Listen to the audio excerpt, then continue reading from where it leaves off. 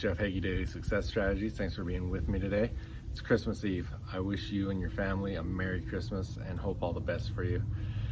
What I want to do today is I want to give you the secret about becoming great in whatever you're doing, whether it's your career, whether it's sport, whether it's something else. What you need to do to become great. But I'll tell you right now, it might not be something that you like to hear. So I'm going to start by sharing two stories with you. I'm going to share the stories that these two different people told. They're both athletes, and I'm not going to tell you who they are. You might pick up on it just by the story, but I'm going to share these stories without, in the beginning, tell you who it was that was talking about it. The first one, he was talking about basketball, and he said that success is a simple thing of math. He says most kids, as they're practicing and want to become better, they're putting in maybe an hour and a half, a couple days per week. Well, if you're putting in 2 to 3 hours every single day, over a year, over 2 years, you're making quantum leaps over those other kids that are putting in an hour, 2 hours, a couple days a week. So talking about practice there. Now the other story, he was a swimmer. He said, what I did wasn't rocket science. He said, I had bigger dreams than everyone else. I had huge dreams and I wanted to become great. He said for a 5 or 6 year period, he didn't miss a single day of training, 365 days a year. And what he did comparison wise, the people he was comparing to, they were practicing hard. They were practicing 6 days a week. But he was getting an extra 52 days of practice every year over his competition. And he said in swimming, when you miss a day, it takes you 2 days to get back to where you were. So while they're all taking a step back and trying to recover, he's just stepping forward more and more. Now, if you think these philosophies might work, let's look at who they were. The first one was Kobe Bryant. The second one was Michael Phelps. Obviously, two great athletes in what they do, and it obviously worked for them. Even with Phelps, in the compound effect, Darren Hardy talks about a time when it was stuck out in Phelps's memory that his coach actually let him off 15 minutes early one time so he could go get ready for a middle school dance. That was so out of the ordinary that it really stood out in his mind. That's how much he practiced. That's how dedicated he was. So talking about becoming great at what you do, whether it's music, sports, your career, whatever it is, you've got to put in the time. So I want to talk about deliberate practice. Most high achievers will say, if you really want to achieve something, you can, if you're willing to put in what it takes to do it.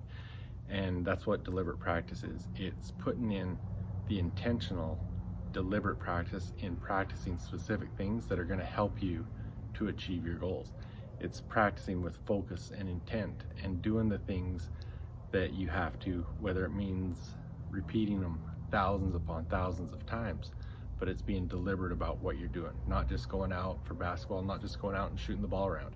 It's being very deliberate about what you're practicing.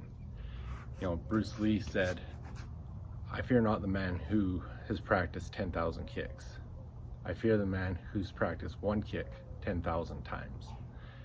In the book Outliers by Malcolm Gladwell, he talked about practicing and what it takes to become great.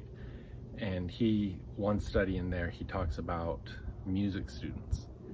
And he talked about them how they were all basically fairly even in their skills and abilities. But the ones that emerged as the better students, as the better musicians, were the ones that put in the more practice. And the thing that distinguished the better performers from the less performers was how hard they worked at it.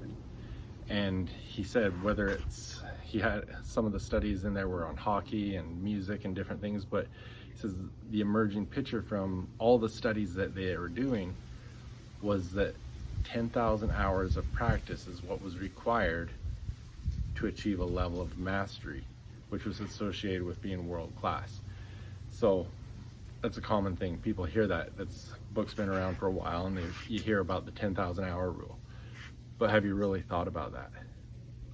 As if you're a high school athlete right now listening to this, and you're thinking, okay, if I want to become as good as I think I can be, I need to put in 10,000 hours.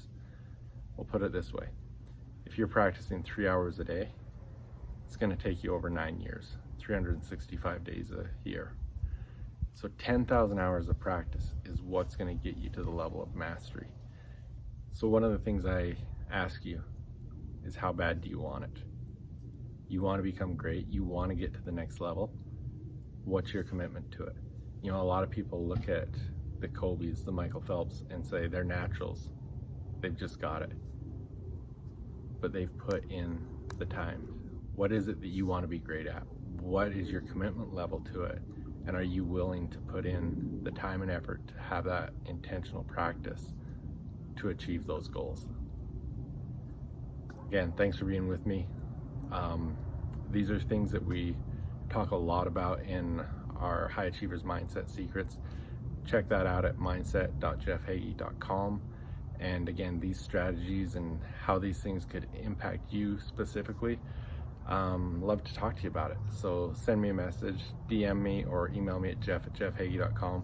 Just say you're interested, and we'll get on a free 45-minute strategy session and see what we can do to help you out.